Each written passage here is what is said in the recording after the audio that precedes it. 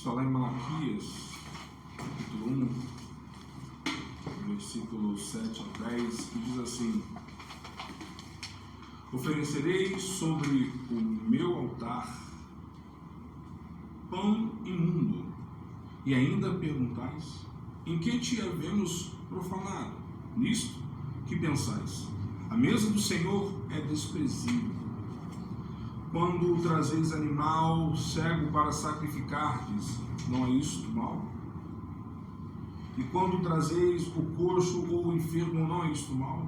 Ora, apresenta-o ao seu governador. Acaso terá ele agradado em ti e te será favorável?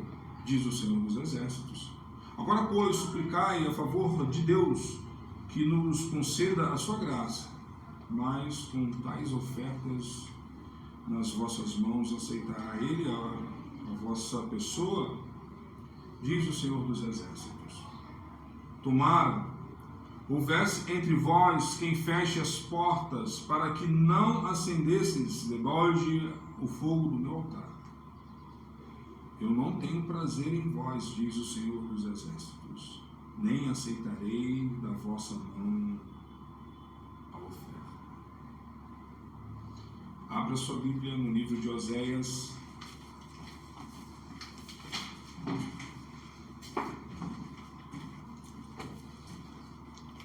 capítulo 8. Estou aqui, mas capítulo 8, do 1 ao 14.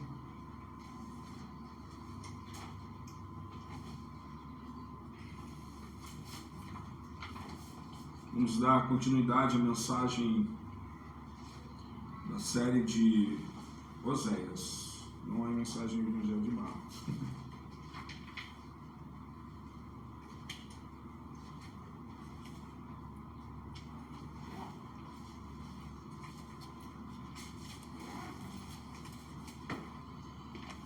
Oséias, capítulo 8, versículo 1 ao 14. O tema que foi dado é o som da trombeta sobre uma igreja corrompida. Diz assim a palavra do meu mestre: invoca a trombeta. Ele vem como a águia contra a casa do Senhor, porque transgrediram a minha aliança e se rebelaram contra a minha lei. No 2 diz: a mim me invocam, nosso Deus, nós, Israel, te conhecemos. Israel rejeitou o bem, o inimigo o perseguirá. Eles estabeleceram reis, mas não da minha parte, constituíram príncipes, mas eu não soube. Da sua prata e do seu ouro fizeram ídolos para si, para serem destruídos. O teu bezerro, ó Samaria, é rejeitado. A minha ira se acende contra eles. Até quando serão eles incapazes da inocência? Porque vem de Israel é obra de artífice. Não é Deus, mas em pedaços será desfeito o bezerro de Samaria. Porque semeiam ventos e cegarão, colherão tormentas, não haverá seara, a erva não dará farinha, e se a der, comê-la-ão os estrangeiros. Israel foi devorado, agora está entre as nações como coisa de quem ninguém se agrada, porque subiram à Síria. O jumento montês anda solitário, mas Efraim marcou amores. Todavia, ainda que eles merquem socorro entre as nações, eu os congregarei. Já começaram a ser diminuídos por causa da opressão do rei e dos príncipes. Porque Efraim multiplicou altares para pecar, esses lhe foram para pecar. Embora eu lhe escreva a minha lei em 10.000 preceitos, estes seriam tidos como coisa estranha. Amam o sacrifício, por isso sacrificam, pois gostam de carne e a comem, mas o Senhor não os aceita. Agora se lembrará da sua iniquidade e lhes castigará o pecado. Eles voltarão para o Egito. Porque Israel se esqueceu do seu Criador e edificou palácios, e Judá multiplicou cidades fortes. Mas eu enviarei fogo contra as suas cidades, fogo que consumirá os seus palácios. Senhor bondoso e Deus maravilhoso, eis-nos aqui, Senhor. A tua voz vem como trombeta aos nossos ouvidos nesta manhã. Fala com o teu povo, fala conosco, a tua igreja te ouve. Eis-nos aqui. Que o teu Espírito, ó Pai, venha nos convencer a cada palavra ministrada, a cada frase aqui entoada. Nos convença, Senhor Jesus Cristo, de todo o caminho errado que estamos percorrendo. Seja feita a tua vontade, Senhor. Que não seja, Pai querido, a minha vontade e palavras, ó Pai eterno, que não estejam nas tuas sagradas escrituras. Seja sim a tua boa vontade. Faça, Senhor Jesus Cristo, o teu querer. Efetue a tua boa vontade na tua igreja nesta manhã. Fale conosco, a tua igreja te ouve. Muito obrigado, Deus. Oramos no nome de Jesus. Amém. Irmãos, como esse texto é atual? Vivemos dias em que muitas igrejas mantêm a estrutura, mas perdem a centralidade de Deus.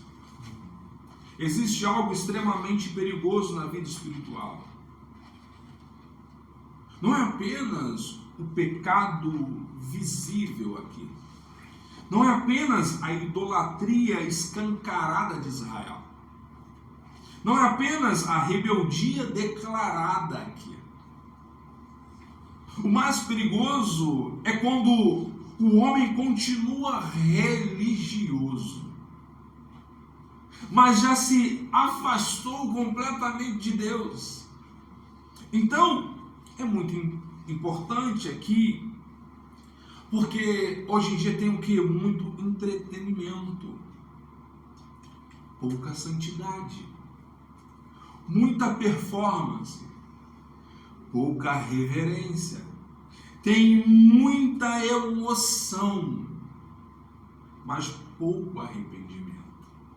Então Deus nos trouxe aqui para falar sobre esse cenário de Oséias capítulo 8.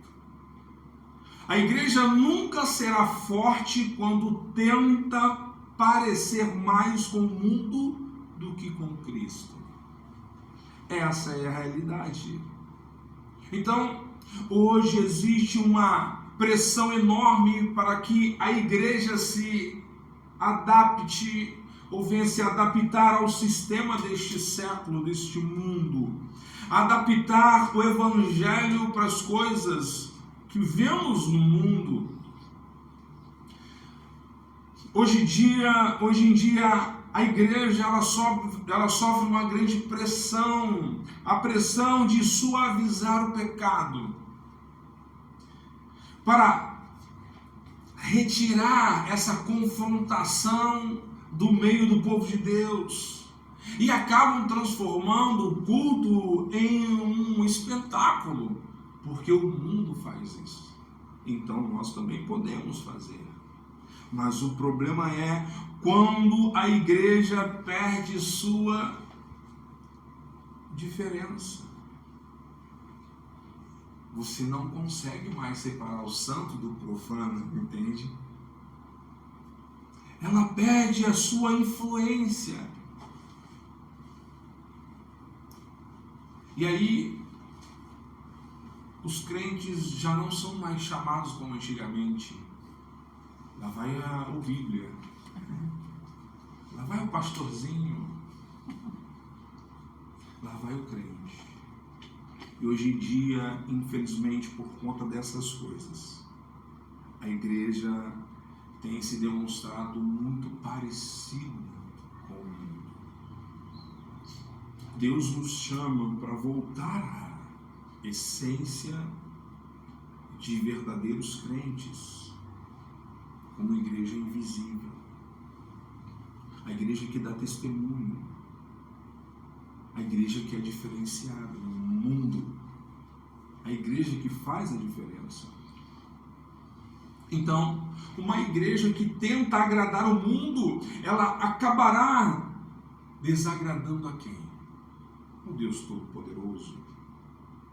Então, Israel ainda possuía o quê? O altar. Israel ainda possuía sacrifícios. Ainda estava em posse do povo as festas. O povo tinha sacerdotes. Mas também linguagem espiritual. Parece espiritual, nossa. Israel possuía tudo isso. Mas havia um problema profundo. Deus já não era mais o centro de Israel. Então a religião permaneceu, mas a obediência desapareceu no meio do povo. E aqui está a tragédia. O povo acreditava que estava seguro, quando na verdade estava caminhando rapidamente para o juízo. O capítulo 8 é a continuidade direta do capítulo 7. E no capítulo anterior, Israel foi chamado de forno inflamado. E nós vimos dias atrás, semanas atrás, nesse mesmo capítulo, Israel foi chamado como o pão não virado, pomba enganada, o arco enganoso. E agora aqui, Deus mostra o resultado final dessa corrupção. O povo rejeitou a aliança. O povo rejeitou a verdade. O povo rejeitou a liderança divina. E substituiu tudo isso por uma aliança política, uma idolatria, uma religiosidade vazia. Entende? Então, Israel estava vivendo um período de decadência espiritual profunda. Politicamente, buscava uma proteção lá na Síria, mas espiritualmente havia abandonado o Senhor. E moralmente a nação estava entrando em colapso. Então Israel manteve uma aparência religiosa, porque tinha um altar. Mas tinha uma linguagem espiritual. Mas rejeitou a autoridade de Deus. Não, pastor, é muito radical. Vamos deixar de lado. Parece uma linguagem espiritual, mas não é. E como nós estamos vendo hoje em dia isso? Líderes negociando princípios. E o mundo tomando conta do que deveria ser santo. Enquanto a religião permanece sem arrependimento verdadeiro, ela se torna uma rebelião disfarçada. Então, o capítulo 8 tem aqui uma estrutura sobre o alarme do juízo. Fala da falsa segurança da religião vazia. E fala do culto sem arrependimento. E logo vem o juízo inevitável.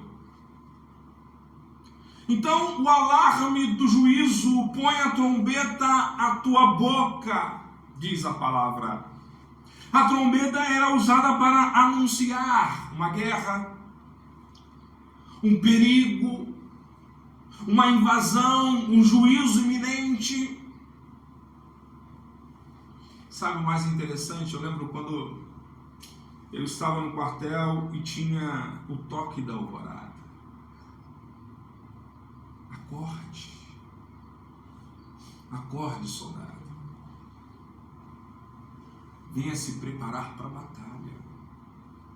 Então tinha o toque da alvorada. Então Deus manda o exército tocar, vamos colocar assim. O juízo não estava distante de Israel, estava chegando, estava logo ali.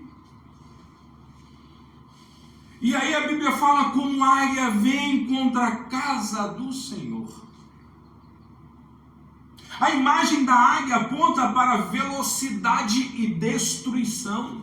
A águia não espera a morte, ela mergulha sobre a sua presa com força, velocidade e precisão. Nas Escrituras, ela frequentemente simboliza poder irresistível e rapidez devastadora. Essa imagem aponta diretamente para a Síria, império conhecido por sua violência e expansão militar. Não por acaso, figuras com asas e cabeças de águia eram comuns na arte da Síria, do império, representando o poder e proteção de suas divindades. E muitos intérpretes reformados entendem aqui a referência ao avanço assírio sobre o povo de Israel. O inimigo estava vindo rapidamente, mas note algo importante: a Síria era apenas o instrumento. O verdadeiro juízo vinha de Deus. Mas existe algo ainda mais profundo aqui. A linguagem do profeta provavelmente ecoa a advertência do livro de Deuteronômio 28:49, onde Deus declara que com juízo pela desobediência da aliança levantaria uma nação que viria como águia sobre o povo. Ou seja, o que Israel estava vivendo não era apenas uma crise política, era o cumprimento das maldições da aliança. E aqui há uma ironia dolorosa nisto tudo. O mesmo Deus que um dia havia carregado Israel sobre as asas da águia para libertá-lo do Egito, lá em Êxodo capítulo 19:4, agora permite que uma águia venha contra eles em juízo. Aquilo que antes simbolizava proteção, agora simboliza disciplina. Porque quando a aliança é desprezada continuamente, a mão que antes sustentava passa também a corrigir o povo de Israel. Então, meus irmãos, quando Deus toca a trombeta do juízo, nenhuma estrutura humana consegue impedir. Estão esculhambando com o Evangelho.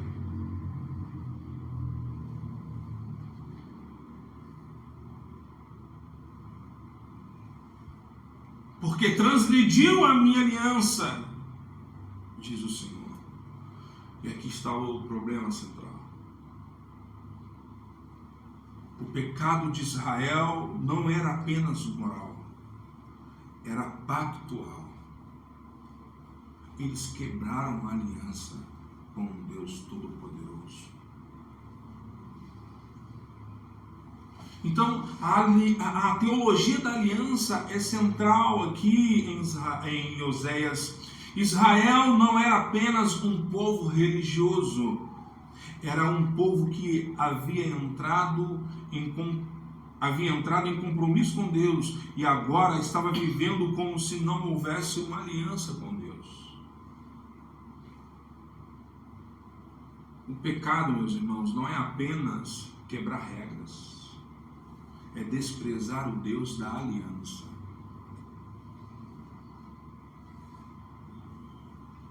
E aí a Bíblia vai dizer: a mim clamam, Deus vê. Nós, Israel, te conhecemos. Irmãos, isto aqui é assustador. O povo ainda falava de Deus, ainda usava a linguagem espiritual, ainda dizia: nós te conhecemos. Mas o verso seguinte desmonta essa declaração. Israel rejeitou o bem. Eles falavam de Deus, mas rejeitavam a vontade de Deus. É possível cantar, frequentar a igreja, falar sobre Deus, usar linguagem espiritual e ainda assim viver em rebelião com Deus.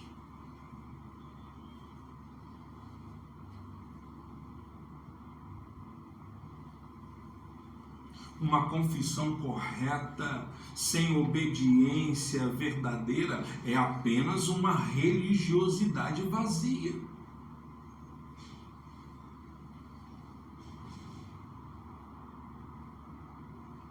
E aí a Bíblia vai dizer: eles estabeleceram reis, mas não da minha parte. Israel queria governo, mas não queria submissão. Queria estrutura, mas não queria dependência de Deus.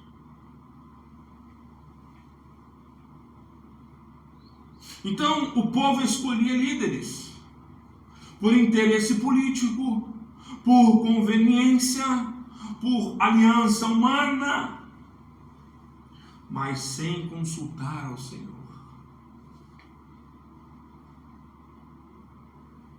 Vivemos dias que muitos querem posição, mas não querem santidade. Querem plataforma, mas não querem cruz. Querem visibilidade, mas não querem submissão à palavra. Então, o púlpito perde autoridade quando a vida do pregador contradiz a mensagem que ele anuncia. E isso produz um efeito devastador, porque quando a liderança se torna superficial, o povo também se torna superficial.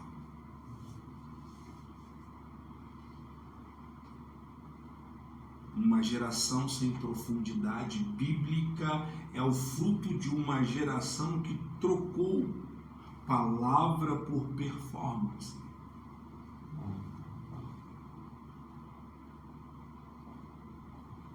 E aí a Bíblia diz: da sua prata e do seu ouro fizeram ídolos. O que deveria ser usado para a glória de Deus foi usado para produzir idolatria. O coração humano sempre transforma a bênção em ídolos quando Deus deixa de ser o centro. O problema nunca é apenas o ídolo, é o coração que precisa dele, entende?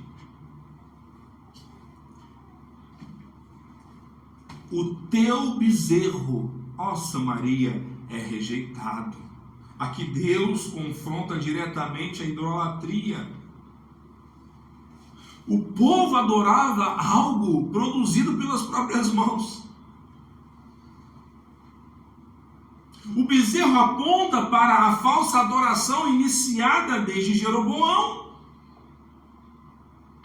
Dos bezerros de ouro que estavam em Betel e em Dan, lá em 2 Reis, capítulo 10, 29. Israel queria uma religião confortável. Israel queria um culto adaptado. Uma espiritualidade sem santidade.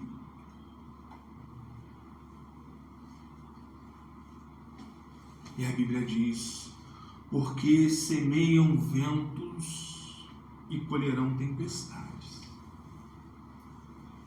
Essa é uma frase muito forte.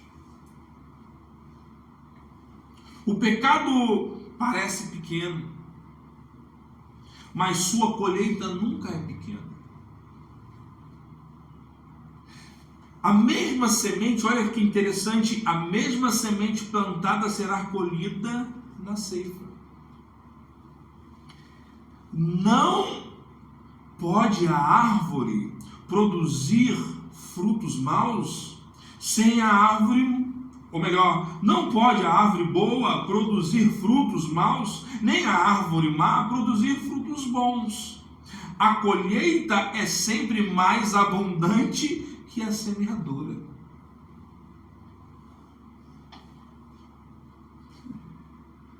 Isso é tremendo, meus irmãos.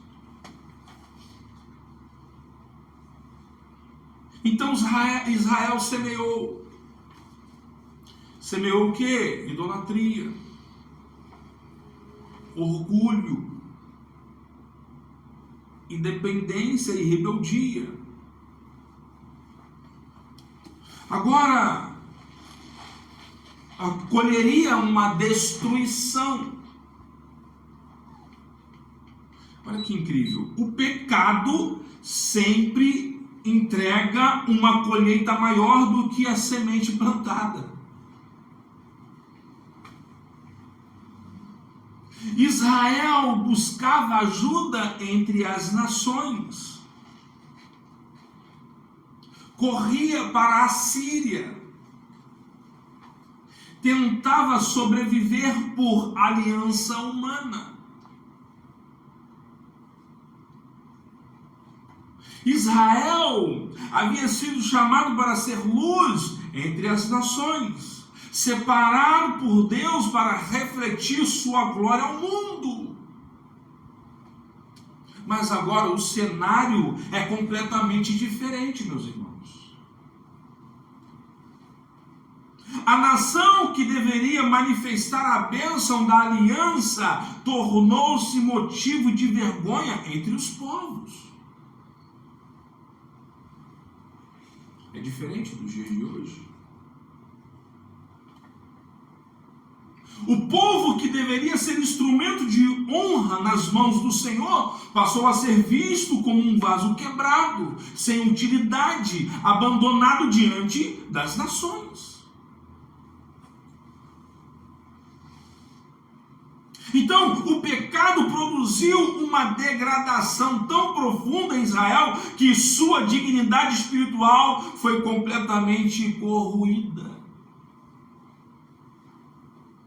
Aquilo que Deus havia separado para a sua glória tornou-se símbolo de fracasso e ruína. E aqui existe uma verdade extremamente séria, meus irmãos. Quando o povo de Deus abandona a santidade, ele também perde sua relevância espiritual diante do mundo. Porque a força de Israel nunca esteve em seu exército, em sua economia ou em sua política. Sua força estava presente em Deus. Então, E quando a comunhão com Deus foi trocada pela idolatria, aquilo que antes era honra transformou-se em vergonha. O coração que abandona Deus sempre buscará falsos refúgios.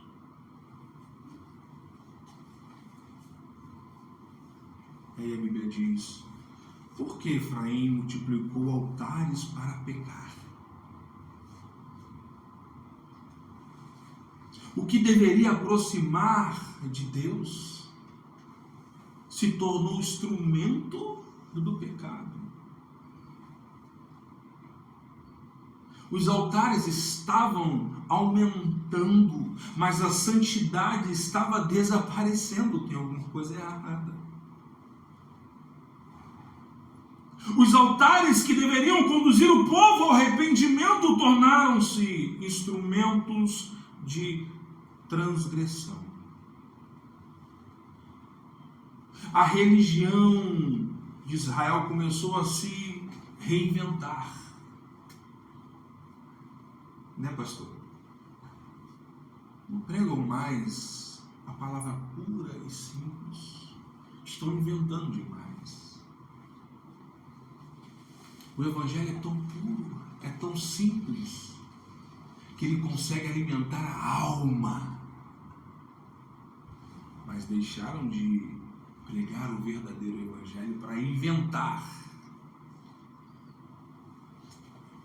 O povo já não queria mais se submeter às prescrições divinas.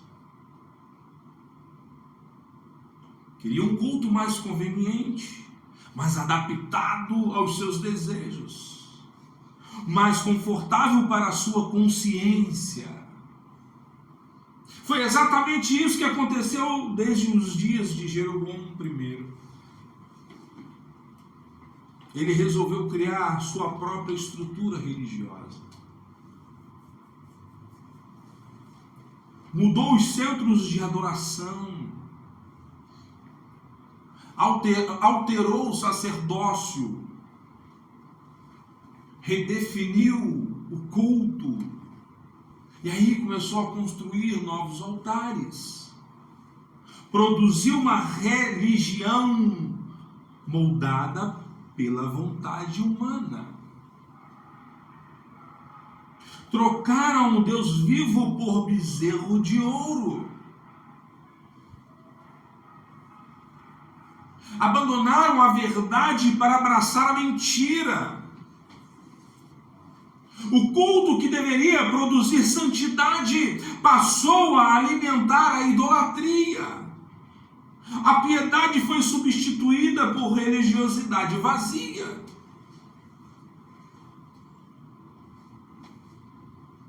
E o mais assustador é que o texto diz: multiplicou altares para pecar. Ou seja, quanto mais crescia a atividade religiosa do povo, mais ele se afastava de Deus.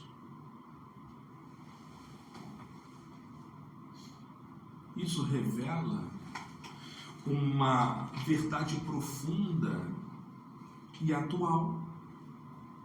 Religião sem arrependimento não aproxima o homem de Deus. Ela apenas torna o pecado mais sofisticado. Uma religião que canta, mas não se quebranta. Uma frequência no culto, mas não abandona o pecado. Mas multiplica as atividades dentro da igreja, mas não produz santidade. Isso é um problema. A quantidade de atividade religiosa nunca substituirá um coração transformado.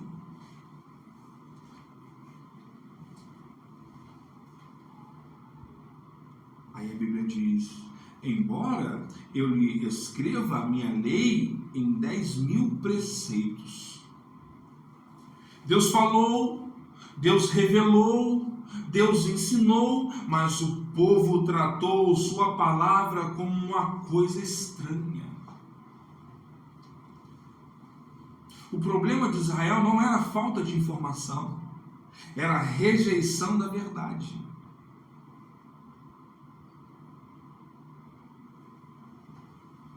Israel não se afastou de Deus por falta de conhecimento.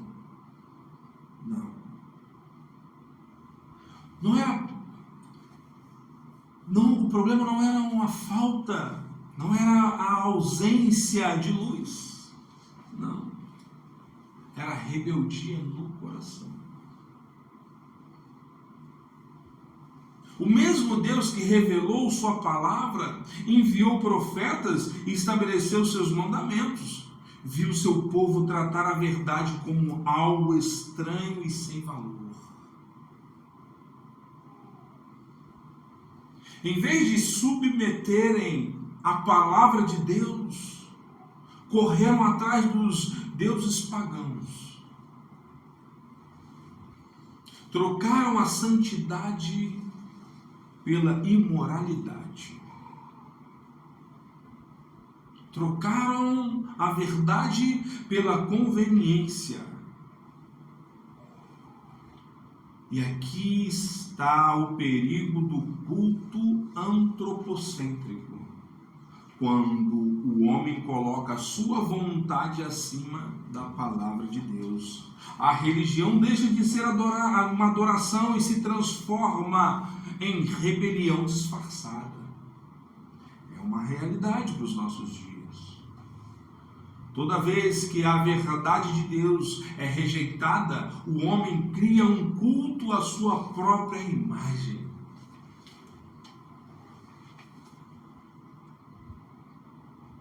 E aí diz: amam o sacrifício.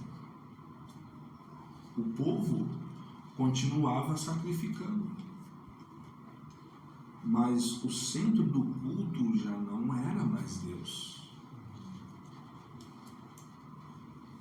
Eles amavam o sacrifício, mas não amavam o Senhor.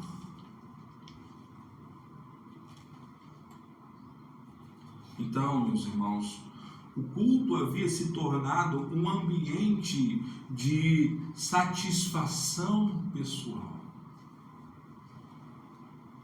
e não uma verdadeira adoração ao Deus de Israel. A preocupação deles não era glorificar a Deus, mas alimentar seus próprios desejos. Um Deus tão bom, um Deus tão maravilhoso, um Deus que tira o povo do Egito e coloca nas asas de uma águia, em segurança. Esse mesmo povo virou as costas para esse Deus bondoso. Como pode, meus irmãos? Isso revela o quanto nós somos pecadores e merecemos o inferno. Essa é a realidade. A preocupação deles não era glorificar a esse Deus mais, mas alimentar seus próprios desejos. Era uma religião moldada pelo gosto do homem. Um culto voltado para prazer, conveniência e entretenimento. Eu vou fazer isso porque é isso que dá certo. Não é pregar mais expositivamente a palavra cristocêntrica. Eu vou fazer isso porque chama mais jovens. Não é a pregação do Evangelho para o arrependimento.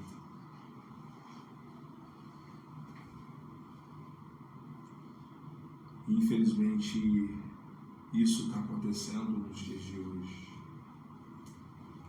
Isso continua extremamente atual. Vivemos dias em que muitos não perguntam mais: isso agrada a Deus? A pergunta agora é: Será que isso funciona? Isso atrai pessoas? Isso agrada o público? Mas Deus deixa claro no texto que Ele não aceita um culto construído para exaltar o homem. É por isso que muitas das vezes as pessoas voltam para casa vazias, porque não se alimentam, estão definhando espiritualmente. Mas Deus deixa claro, meus irmãos, que Ele não aceita um culto, Ele não faz parte do culto voltado ao homem. Porque culto verdadeiro não é sobre preferência humana, é sobre a glória de Deus. Quando o homem se torna o centro do culto, Deus deixa de ser o centro da adoração. E Ele não faz parte do culto. Se você não foi convidado para a festa, então o que você vai fazer lá?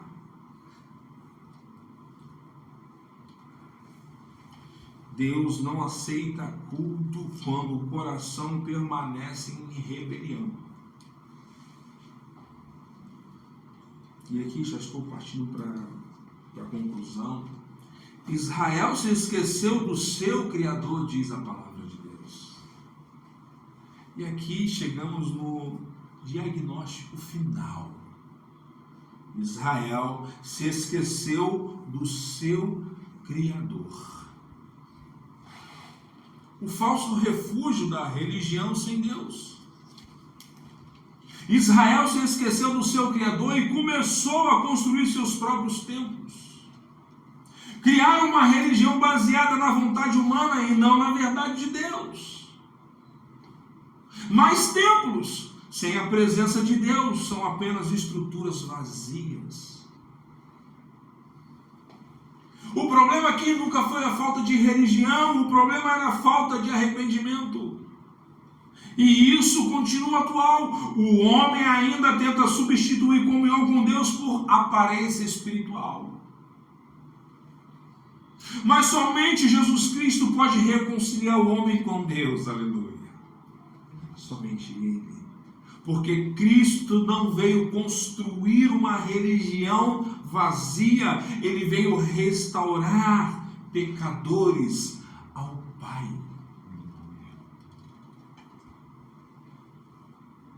Sem Cristo, até a religião se torna um caminho de afastamento de Deus. E aí existe o falso refúgio da confiança humana. Judá confiou em suas cidades fortificadas. Colocou sua segurança na força humana, não no Senhor. Mas muralhas não podem salvar o homem do juízo de Deus. Toda a segurança construída sem Deus é frágil. O braço da carne sempre falha. Somente Jesus Cristo é o refúgio verdadeiro para o pecador. Nele existe segurança que nem o juízo, nem a morte, nem o inferno pode destruir. Tudo que é construído em Cristo, cedo ou tarde, ou melhor, tudo o que é construído sem Cristo, cedo ou tarde desmorona. Então, Israel procurou na religião uma falsa segurança. Judá procurou segurança nas fortalezas, mas ambos esqueceram do seu Criador. E esse continua sendo o maior perigo do coração humano. Tentar viver sem dependência de Deus. Por isso a nossa esperança não está em templos, estruturas ou força humana. Nossa esperança está somente em Jesus Cristo, o nosso Salvador. Se não tem Jesus na estrutura, então algo vai acontecer, tudo vai desmoronar. Porque só Jesus Cristo é o verdadeiro refúgio do pecador.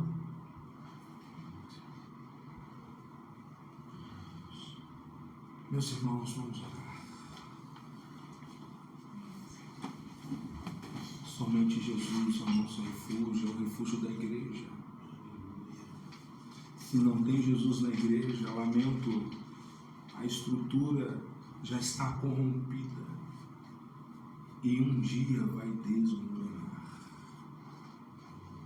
Que Deus tenha misericórdia de nós e nos guarde nas suas asas.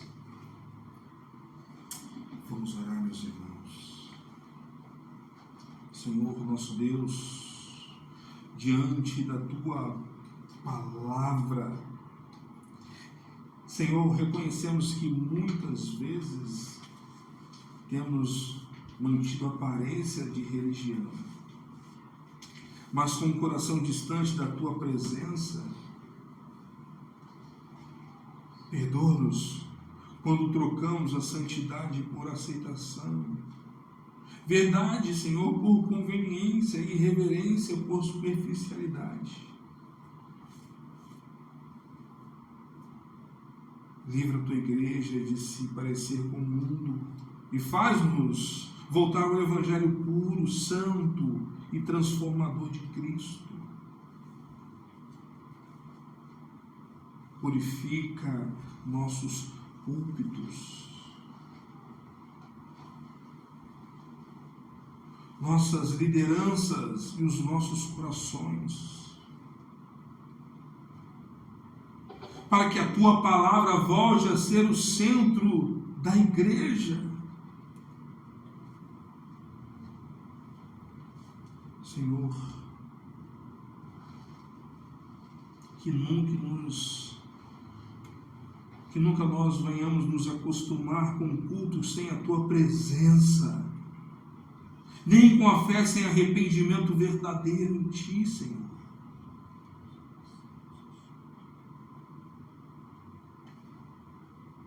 Oh, meu Deus, nos ajude na nossa incredulidade, Senhor.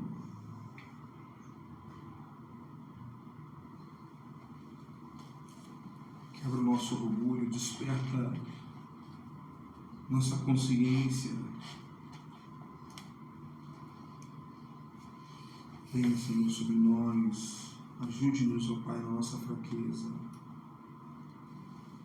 Leva-nos novamente à cruz.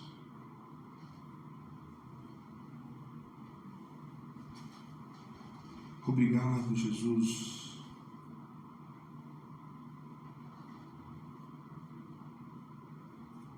Jesus foi fiel, ó Deus, onde nós falhamos. Pelo sangue derramado, há perdão, restauração e nova vida em Cristo Jesus. Forma em nós uma igreja santa, cheia da verdade, do temor e da graça de Deus. E é por isso, ó Pai querido, queremos, ó Pai, engrandecer o Teu nome, Senhor. Seja conosco, Senhor. Louvado seja o Teu nome para sempre. Continue conosco nesta manhã, no nome de Jesus. Amém. Amém. Fique de pé nesse instante, meus irmãos. Vamos adorar o Senhor mais com mais um louvor.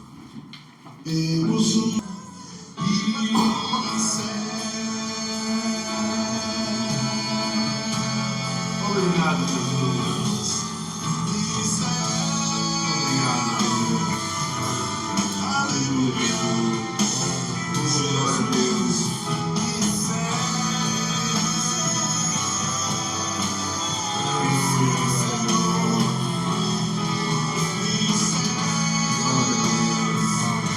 Glória a Deus, somente a Ti, Senhor, recebemos graças, louvor.